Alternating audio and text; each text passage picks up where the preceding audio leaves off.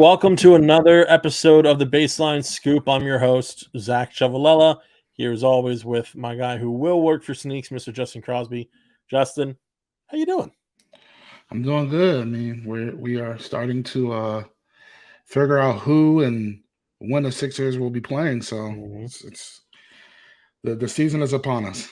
Yes, thankfully, finally, all the off-season stories and narratives are coming to an end. So a little bit of what we have on today's show is current events mixed with a little bit of future focused, taking a look at the schedule, or rather what's been released as of now. So first and foremost, before we get to the schedule, we have to acknowledge it. It's the last time we're going to acknowledge it because I'm sick of talking about it. I don't know. Are you sick of about talking about Ben Simmons and the whole everything around that? Yes. Yeah.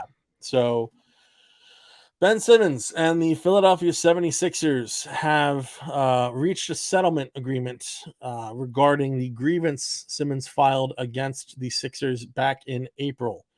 So, first of all, let's go over, I guess, the details of it. Listen, Simmons' troubles with the Sixers and vice versa, they've been well documented. It goes, all the way back to the first time they tried to trade Ben Simmons for James Harden, if not even further. So there was trying to trade him to Houston. There was the postseason performance against the Atlanta Hawks. Joel Embiid and Doc Rivers' comments after the series about Ben Simmons, and then after that he didn't play. We're not really going to go into the whole nitty gritty of every single detail that happened. Simmons, did express being unfit to play both mentally and physically. The Sixers disagreed in certain facets anyway, and they had prolonged discussions about this. Simmons ignored certain members of the team. The Sixers started finding him, traded him away, and then the grievance, right? So that's where we're going to pick up is the grievance. $20 million is about what he was looking to get back. Justin, how much did you, and to be clear, we don't know what the figure was, but Justin, what did you think about the entire thing from start to finish? The fact that Simmons went for this grievance, and if you had to put what you think is a fair assessment of what he should get back from that 20 million, what would it be? All right, so this kind of I'm trying to toe the lines here because it's just a lot of things mixed in, like specifically the mental health thing. Like, I mean, I'm not gonna lie. Clearly, Ben wasn't. He just had I don't say he just had, but it seemed like he had stage fright, like from the performance and how bad he was playing and the hack of Ben, and then just the comments, and it kind of was already, you could tell some type of rift there already between him and Joel for years because of their like opposite styles of how they play, and it was just like bubbling, to the point, to the surface. But I mean, but then like you look at it and you say like, okay, well, like he should have done things to be a better player, like just straight up like that. Like he should have just been done things to improve his game, just like everybody around him tried to do things to improve their game. Specifically, Joel Embiid, like he made his game more perimeter oriented by shooting threes and doing things like that to make Ben feel more comfortable, so they always have some spacers on the floor. But outside of that, I mean, him putting in agreements, you knew it was going to happen because at this point in time, and again, I'm all for mental health and positive mental health and being mentally healthy. Like I'm all for that. So that's a part of that. I mean, the NBA Player Association are going to fight because you can't do a diagnosis and say you'll be ready in 3 to 6 weeks to play from mental health. Like it just doesn't work like that. So I think from there, that's what muddied the waters and made this a very like tiptoe approach of how like both the organization and both Ben Simmons camp and the NBA Player Association had to walk through this grievance, whatever evidence each party had to try to sway either way. But I do think ultimately the Sixers probably wanted to pay him nothing because they felt like he did nothing, and they felt like they gave him every opportunity to do something. And specifically, I know they called out where training camp stuff, like him actually showing up and them actually being involved, or even just like sitting on the bench or being in meetings or being in game planning and stuff like that. Like he just did everything he could to get traded. That, like, you can tell that was a part of it. So I feel like they didn't want to give him zero. Of course, Simmons and his camp wanted 20.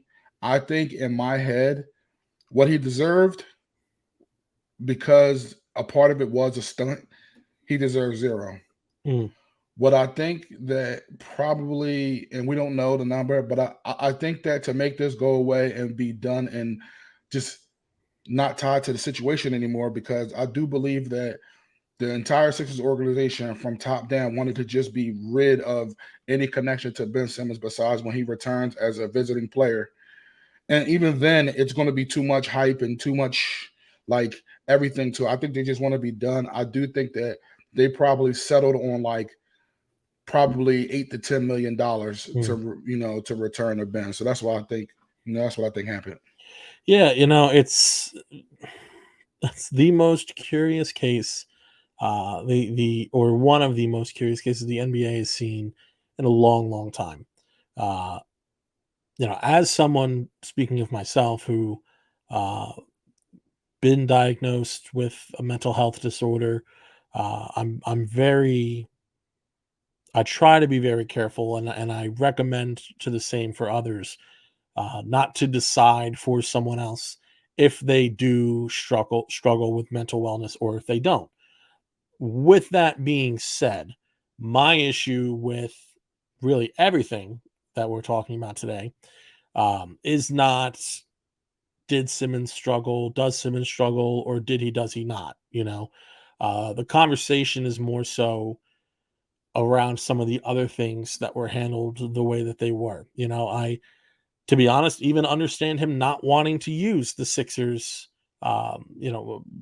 doctors to diagnose him and to treat him. I've not felt comfortable with the concept of, or I would not feel comfortable with the concept of thinking it's about, when I was diagnosed and I was working in finance, that company in particular, selecting a doctor to diagnose me and to treat me. I would not feel comfortable about that at all.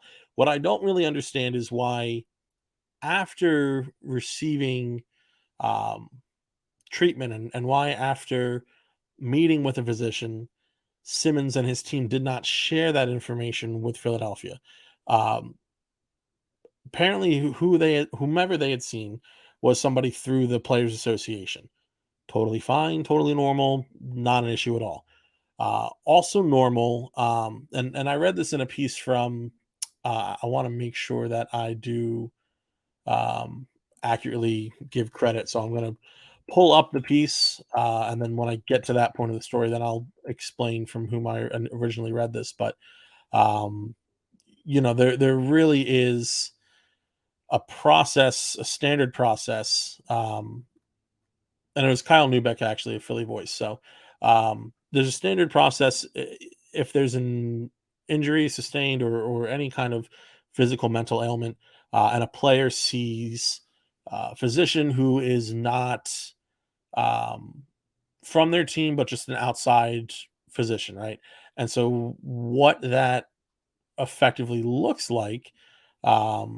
And again, here, this is found in a piece written, I believe, yesterday, by Kyle Neubeck of Philly Voice. Um, is that the Sixers would receive documentation that provides them with either an explanation for the absence or a treatment plan. This is something that is, again, commonplace in the NBA. This is not an unusual thing. If a player saw, and this is a direct quote, if a player saw an outside specialist for a bone break or a ligament tear, the team would need to be kept in the loop regarding what the injury is and how it's meant to be dealt with. That's just the fact of the matter. That's not, well, you get all of the detailed notes of Simmons meeting with a therapist, for instance. That's not, or psychologist, psychiatrist, whatever the case may be, like whomever he met with, you're not getting those detailed notes. Like you're not going through all that. It's just, all right, well, here's the diagnosis and here's the treatment plan. It's that simple. So I don't understand why Simmons didn't go through with that. That's what I can't wrap my head around. I And say I would expect him to get. I would have expected him to get probably about 5 million or so. Um, and I only say that just thinking about, you can't really relate this to everyday jobs. But a common concept throughout all lines of work is the thought of some form of paid time off, right? So just from what I think is right, if you did about 5 million or so, but I agree with you. I think it was probably more so settling around the 10 range, a number that the Sixers weren't really happy giving up, but were willing to, and a number that Clutch and Simmons weren't really happy to only get that, but it's better than whatever alternative and dragging this out any further. So that's part of the reason I think they didn't publicize the amount as well. correct. And just like really, I look at the fact that like in my head, like you said, like the 5 range is probably, or even 0 is probably what the Sixers offered, and they probably start haggling back and forth and Sure. negotiating, and they probably got to that 8 to 10 number. It was like, okay, like wipe our hands of the Yeah. situation, let's move on. I mean, it's Josh Harris's money anyway, if you're a fan. So like, it's finally over. Like my whole thought process on everything is like clearly something's wrong with him, right?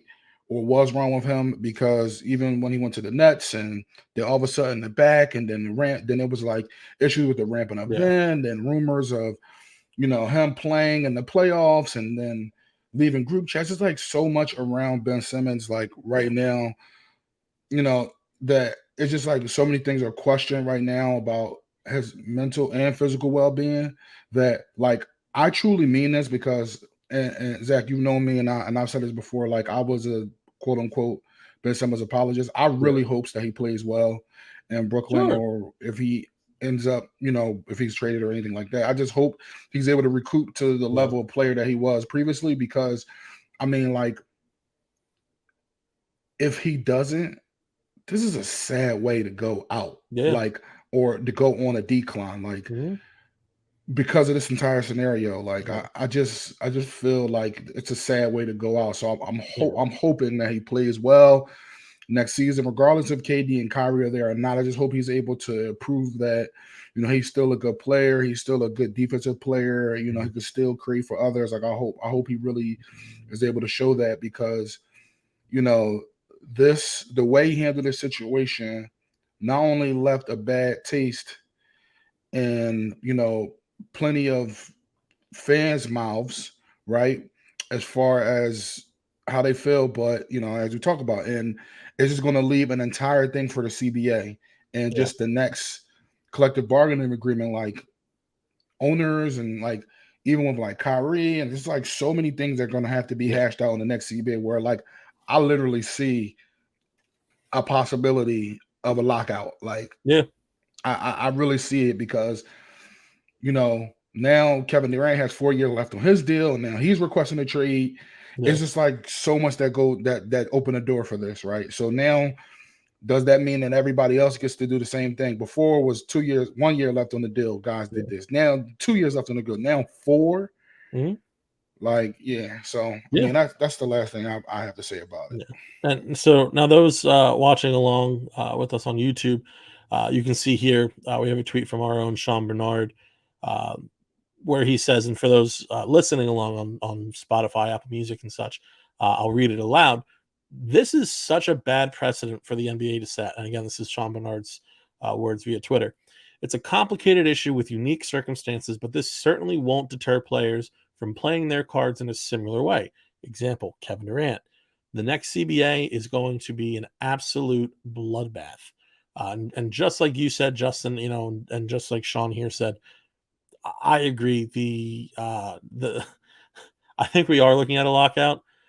This is just such a how do you solve it? What's the real way? Because you look at a few different issues here, right? So for the Ben Simmons situation in particular, there's the um, time off from work angle, for him and Kyrie. How do you factor in uh, non-physical injury days off to still being paid based upon your contract? That verb is going to have to change in the future going forward. And then separately, and again, this is consistent with the Ben Simmons case, the Kyrie Irving case, Kevin Durant, James Harden. This was a matter of the situation with him as well. Players demanding to be traded elsewhere. There's there's a time and a place for it, but it has seemingly gone out of hand. There's nothing wrong in my mind with a player leaving a franchise. Thinking about like free agency, for example, you don't owe the franchise really anything more than, well, the contract that you signed, which is why, playing in games when able to is certainly important, which is why continuing to be with that franchise matters. And, I think that probably the best, most sensible solution is, changing contract structures. We see in Major League Baseball, for instance, Carlos Correa has, I forget exactly how many years he has, 13 or so, but I believe he has an opt out in just about every season. So I think you might look into the possibility of adding in opt out clauses in the middle of contracts, for instance. But really just demanding to be traded and tanking your own value, the value of the team around you. This is thinking about recent reports about Kevin Durant. That's not healthy for the league going forward. And I say that, not wanting it to be the complete opposite either, and then this is part of the problem is that, the ownership group is always going to be looking after their own interests and the interests of other owners in the league. And the Players Association is always going to be looking after their own interests and the interests of other players in the league. And that's why I think that, like, literally, you've been hitting the nail on the hammer, but or the whatever the head, whatever, but but that's why the happy median to Yeah. me is like a guy like Donovan Mitchell, Yeah. to where it's unspoken that he wants to go, Yeah. but he necessarily hasn't said anything because, of course, he doesn't want to be lumped in that category of Yeah. guys who have asked out. But everybody know the Yeah. writing's on the wall. So, Yeah. like, I'm all for player empowerment. Like, I really am. I'm all for player 100%. empowerment. But like you said, it's more so like just everything that can come from this.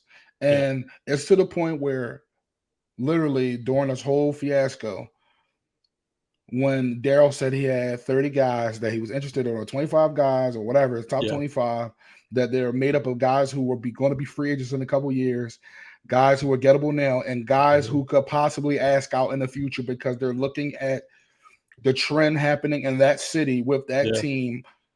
Are they on the tail end of a spurt together? Are they going to be rebuilding soon? Like, these are things that are obvious that are happening in the NBA, and like At the time, though, they weren't obvious. Remember, people really thought that Morey was crazy for some of the people theorized to be on that list. correct. Kevin Durant theoretically was on that list, and now look where we are now. Right, and even if you look at like just, and it's crazy because if you look at 3-4 guys that we assumed on that list, Kevin Durant possibly going to be traded. Yeah. And not to the Sixers, but in general, possibly going to be Sure, James Harden traded. Mm-hmm. Tyrese Halliburton traded. Mm-hmm. Damian Lillard probably wanted to go, but in the end decided to stay because he's going to get his money. Yeah, like, but at least fair rumors were out there that he may leave. Correct.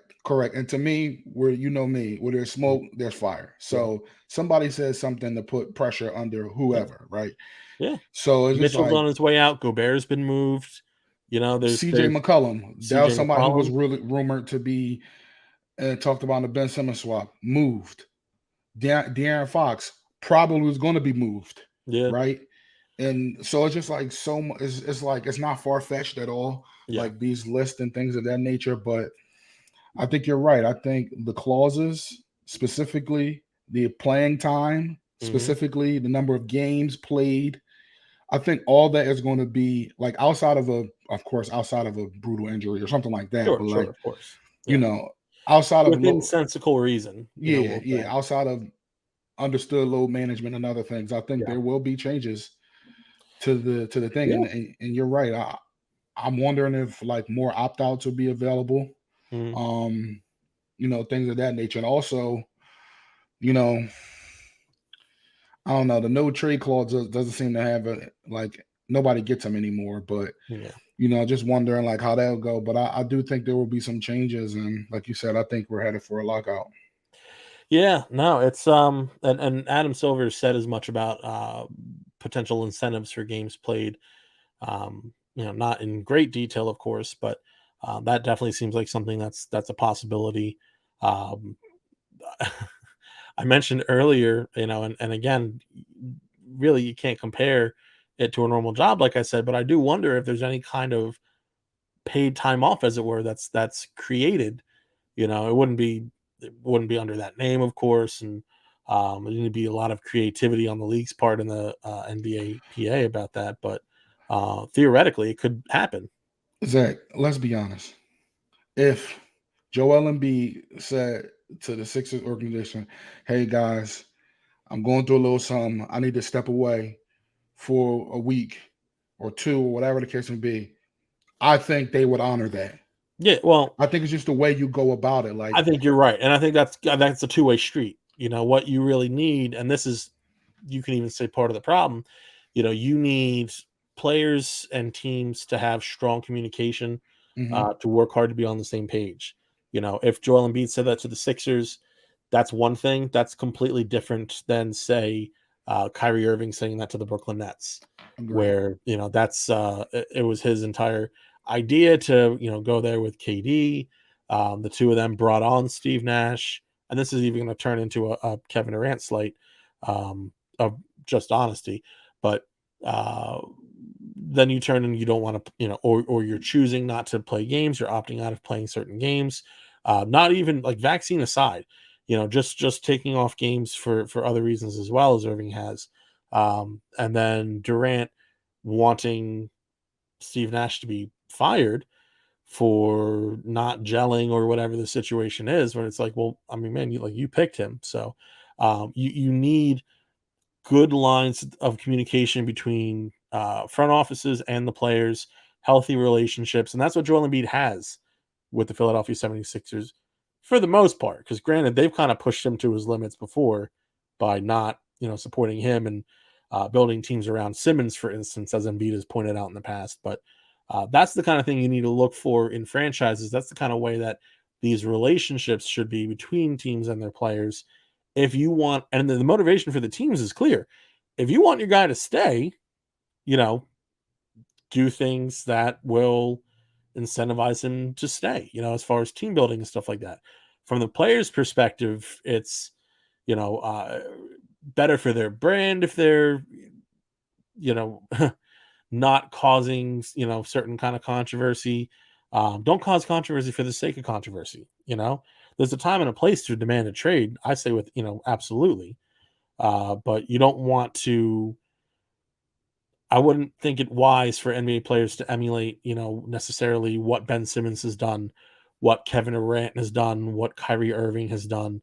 And Kevin Durant's Kevin Durant. He can kind of do whatever he wants at this point, but you can't really be out here seeing like Colin Sexton do something like that within reason. Like that's just. And I don't even mean to slight at Colin Sexton either. I'm just saying what it is. Like Kevin Durant is a generational talent, and it's by that he's able to do this, and is still heavily criticized by a lot for what he's done.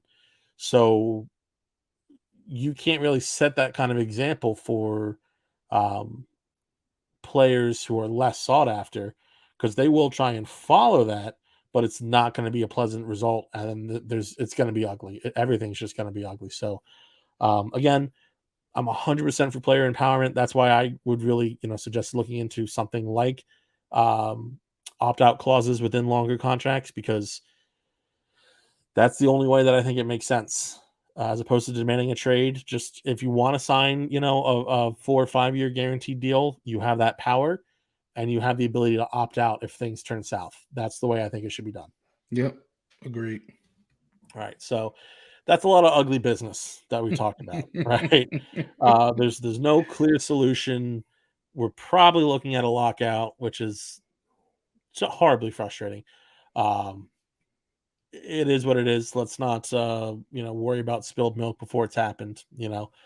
So what we'll turn to is the upcoming season, which is a source of excitement for Philadelphia 76ers fans. We have James Harden, Tyrese Maxey, Joel Embiid, of course. PJ Tucker's here now. Daniel House, DeAnthony Melton, who is finally starting to get the recognition that he deserves, but is definitely one of the most exciting additions this offseason. The Sixers team's looking legit already, and now the schedule is starting to unfold a little bit.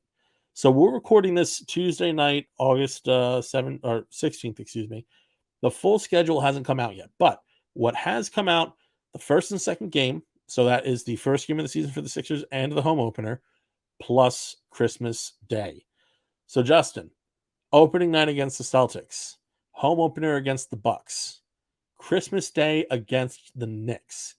Which one are you most excited for and why? Well, I have personal reasons of why I'm most excited for the second game, which is the Bucks, because that's going to be on my birthday, and I will absolutely be in attendance. But honestly, for like my standpoint, Yeah. I do think it's cooler to play on Christmas Day than it is to have an opening night game. But I think the Garden, Christmas Day, you got two stars, Joel and Harden. I think it's going to be must-see TV. So, it's one of those things where I think, especially in this area, I mean, already Sixers fans take over MSG anyway. But on a Christmas Day, I think it's going to be a great situation. I'm even thinking about, I don't know how I'm going to do it, but I'm trying to get there for MSG. I'm trying to figure out. Right there. Yeah, I'm like, what do I get to do? Do I spend my son's first Christmas in New York City? I don't know. I'm trying to figure out. Bring him. It'll count. It'll be fine. Yeah, but no, I think I'm definitely very interested in the Christmas Day matchup. Because that's like the premier slate. It's like Thanksgiving for the NFL, and it's like New Year's Eve or New Year's Day with college football. It's like that. It's all eyes are on you, and I think that goes to show that not only this entire slate that we're talking about now, but just I think the Sixers are going to be viewed as one of those teams this year that you're going to see on national TV a lot. Yeah, and I think that's fair to say. What I want to do first and foremost is, acknowledge, what the top game, at least for me, is coming into this season. And then I want to circle back really to that concept of the Sixers on national television, right? So for me, and I guess I'll kind of go in reverse order of excitement here. The Knicks on Christmas Day, I don't really care. I'll be honest with you, man. I do watch sports with my family on Christmas Day, so it's cool to be able to do that and be able to watch the Sixers. You likened it to playing NFL on Thanksgiving, and but it's like playing the Lions on Thanksgiving. It's just not. It's the Knicks, and they might be better. That they might not be. If they get Donovan Mitchell, I'll be excited. But until then, I liked it 2 years ago when, or I guess it was 2019.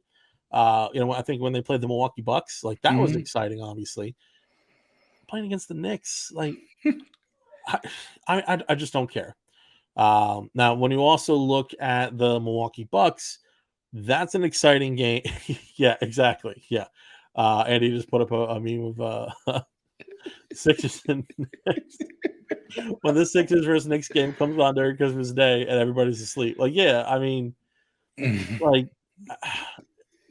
going to be background during presents. I'm sorry. That's what it is. The funniest thing about that meme is LeBron and whoever is behind him have sleep mask on. But like you hear what I'm saying, right? Like I don't No, want to be rude. I don't I want to be hear you. rude to the Knicks and their I hear fans, you. but like who cares? Like give me Sixers Nets on Christmas Day. Give me Sixers Celtics on Christmas Day. The Bucks on Christmas Day would have been another great choice. The Denver Nuggets, Harrison Grimm, Liberty Ballers Harrison Grimm was pounding the table for Sixers Nuggets on Christmas Day. And I think that was the fantastic underdog choice, like the ultimate underdog choice for Christmas Day. It's a matchup they haven't really had a whole lot of. You have the two best centers, not only in the league, but like already in history, the two of the best centers in the NBA. Yeah. And you have done nothing except for hand Jokic MVPs to stoke the flames of this rivalry. And it makes absolutely no sense. I mean, so Andy, what do you think? First of all, about the Knicks and how bad they suck, but then second off, about why they haven't really the NBA hasn't leaned into this Embiid Jokic thing. I think the reason they haven't leaned super into Embiid versus Jokic is because they'd be kind of admitting that they maybe have made a mistake with giving the Jokic MVP. That's probably a controversial answer and kind of a conspiracy, but that's what I'm gonna go with. First of all, Andy, I love you. Second off, I want to just let everybody know Andy is not a Sixers fan, to be clear. So that is not a hometown opinion. That is not a fanboy opinion. Nothing such as that. Okay. So with that being said, continue, please. Yeah, and that actually brings up my next point. As a non-Sixers fan, I wanted to field you guys a question about the Christmas Day game, actually.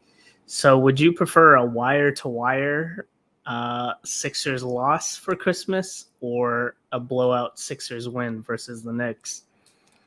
Blowout Sixers win versus the Knicks. I would never take a loss over a win. I cannot. I cannot do like literally even the Bucks game was a blowout. But the year before that, when they played the Celtics with Jimmy Butler on Christmas, and that was like wire to wire, and like my family is sitting in the living room, and my brother is a LeBron fan, so he's just hating. Like it's just I can't. First of all, I'm watching the game at my own house before I go anywhere else this year. That's number one. I can't even deal with anybody else. But I would definitely take a loss. Yeah, I might have some Crown Royal too. The only time I would take a loss over a win is if somehow, some way, the loss prevented an injury that you saw in the win. Like that's it. That is literally it would take the injury of some key player on the Sixers to make me pick a loss over a win. Otherwise, yeah, I'm taking the loss or I'm taking the win rather 100% of the time. Yep. But moving on from the Knicks and Christmas and all that, bah humbug stuff. The Milwaukee Bucks second game of the year, home opener, that's going to be electric. Like that's going to be a fantastic game. I think that Embiid, Giannis is another rivalry that the league hasn't quite leaned into. Part of it, I think, is a little bit about the Sixers' fault. I think if the Sixers were able to, get to the third round every once in a while, maybe that would have changed by now. So who knows? Perhaps this season it could change come the postseason. But love watching Giannis and Embiid go at it. Giannis sitting on the Sixers logo was just infuriating. Yes. But it was also just what rivalries are made of. Mm-hmm. So like that kind of stuff, it's what was it Djax who danced in the Cowboy Star? Mm-hmm. It's like that kind of stuff is like that's what sports needs more of. So I'm all for that with the Bucks. Number one for me is the Boston Celtics. This Celtics team, they were in the finals last year. They added Malcolm Brogdon. They may or may not have Kevin Durant. It seems like they and the Sixers, with the Celtics taking the top spot, are in the lead for Durant at the moment. At least from Durant's perspective, whether or not Brooklyn gets another package they prefer, obviously that changes everything. But whether or not they have Durant, that's going to be a key matchup for Philadelphia, and I can't wait for it. If I cared for 5 seconds to go to Boston, I would think about getting tickets. I'll just watch from home this time. Thank you very much. But this rivalry is going to be next level this season with a healthier James Harden, a deeper Sixers team against an incredibly deep, incredibly talented Boston Celtics team. Again, we talked about Milwaukee and what rivalries should be, Sixers Celtics is going to be phenomenal for years to come. Yeah, I definitely hear you on that. But I do have two quick comments about Christmas Day because we talk about the Knicks. There are a couple teams. There are probably two teams that I would prefer to see more, like you saw on Christmas Day. Like first, I know you mentioned Nets on Christmas Day for two reasons. One, I will hope that Mark Jackson is calling the game so he can say a comment at the beginning of the game saying if Ben Simmons is going to bring the Sixers a lump of coal. It's something that he would say. Yeah, it's true. It's true. And two, whenever somehow the Nets played the Sixers on Christmas Day and Ben Simmons wound up guarding Embiid and Embiid did something crazy and Mark Jackson saying that Embiid reached deep in his bag looking for the fries. Those are the only two reasons why I want this. Yeah, listen. I don't mind at all. I know some people mind the Sixers playing on Christmas Day, and maybe if and when we actually are in person covering the Sixers games, my tune will change a little bit as far as enjoying them playing on Christmas or whatever. But for now, it's fun to have them play on Christmas. It's just not fun playing the Knicks. It's never. I mean, like it's sometimes fun to watch the blowout, but it's just Julius Randle is not an appealing basketball player. RJ Barrett has not taken the leaps that he should have or it should be capable of. Jalen Brunson will be cool to watch, but other than that, there's just not really an allure there. We have the Knicks and the Lakers who make it every year. The Knicks kind of like the Lions just because it's tradition, even though they've been terrible for decades. The Lakers, just like the Cowboys because it's America's team or whatever. And it's just not. It shouldn't be the basis. It shouldn't be the basis in the NFL, and it shouldn't be the basis in the NBA. I'm sick and tired of it. Put good games on these marquee days. That's it. It should be that simple. And even if you wanted to force the Lakers to be on, they could play the Celtics. Do Lakers Celtics. Like who is it? Lakers or Lakers Mavericks Clippers? Well, Lakers Clippers wouldn't be all. Is that who this year is?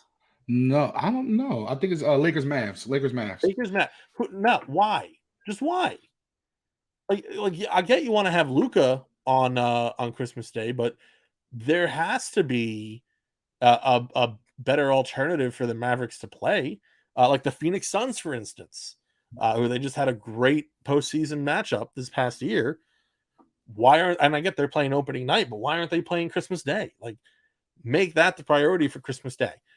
If you want to have those teams,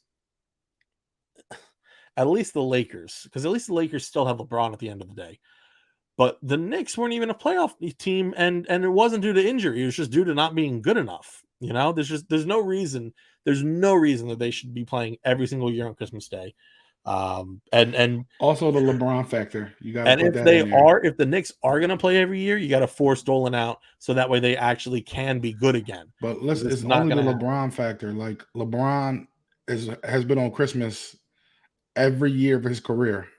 Yeah, and he's a top 3 all-time player in the NBA. So I'm fine with no that. matter where LeBron goes, they're going to be on Christmas. So that's partially I'm because fine of with that. Even if he was still with the Clippers, I'd be fine. Shoot, he could play for the Sacramento Kings, and I'd be fine with them being on Christmas if LeBron's there, because he's LeBron. He pulls the views. I get it. It makes sense for just about everybody. But when you're looking at Lakers Warriors would even make more sense. And I get wanting the Warriors to play the Grizzlies. Like, that's fine. That's understandable. It's not what we're talking about. Make the Lakers play the Knicks, if you're going to force that. But they know nobody would watch that game. Mm-hmm. At least outside basketball fans, like unless you're a Lakers fan or a Knicks fan, these games are supposed to draw everybody in. Like Bucks Celtics, everybody's going to be watching that game. Yeah, doesn't matter if you're a Boston fan or if you're a Milwaukee fan, everybody's going to be watching that game. So to me, again, it just doesn't make sense. It is what it is. And he put up the list here. So it's Bucks Celtics, great game. Sixers Knicks, terrible game. Suns Nuggets, like why? You have Lakers Mavs, again, why? And then Grizzlies Warriors, okay, like I kind of get it. But there's so much more potential for the Christmas Day schedule. NBA, they bungled it. That's it. but it is what it is. Do you have any other thoughts on this, Justin? No, I'm just can't wait for the full schedule to come out so we can talk about some of our top games that we were looking forward to. Yeah, no, we will take a look at the entire schedule a little later this week. We're going to once it's fully dropped, go through not exactly game by game, but go through a few stretches here and there, really highlight some games, highlight some matchups, and really just let Sixers fans know what games to especially pay close attention to. But for today, that's our show. And I just want to thank you all for listening. Thank you, Andy Quach, our new producer. Shout out to you. Follow him on Twitter. Andy, pop in for a second. Tell people where they can find your work and your Twitter handle. Hey, you can find all my work and me on Twitter at NBA_QuatchBoy. You can read me at Rip City Project, at Philly Sports Network, and at NBA Analysis Network. Awesome. Love it. Of course, Justin at Will Work for Sneaks, as always. Zach Chavo, NBA. Folks, thank you again for listening. Let's just move on from this Ben Simmons stuff. Hope for a great season to come. And hopefully you got something else going on during Sixers Knicks on Christmas. But for now, that's been our show. Thank you so much. Justin and I just hit you with the baseline scoop. Peace. It's 89-84. Sixers and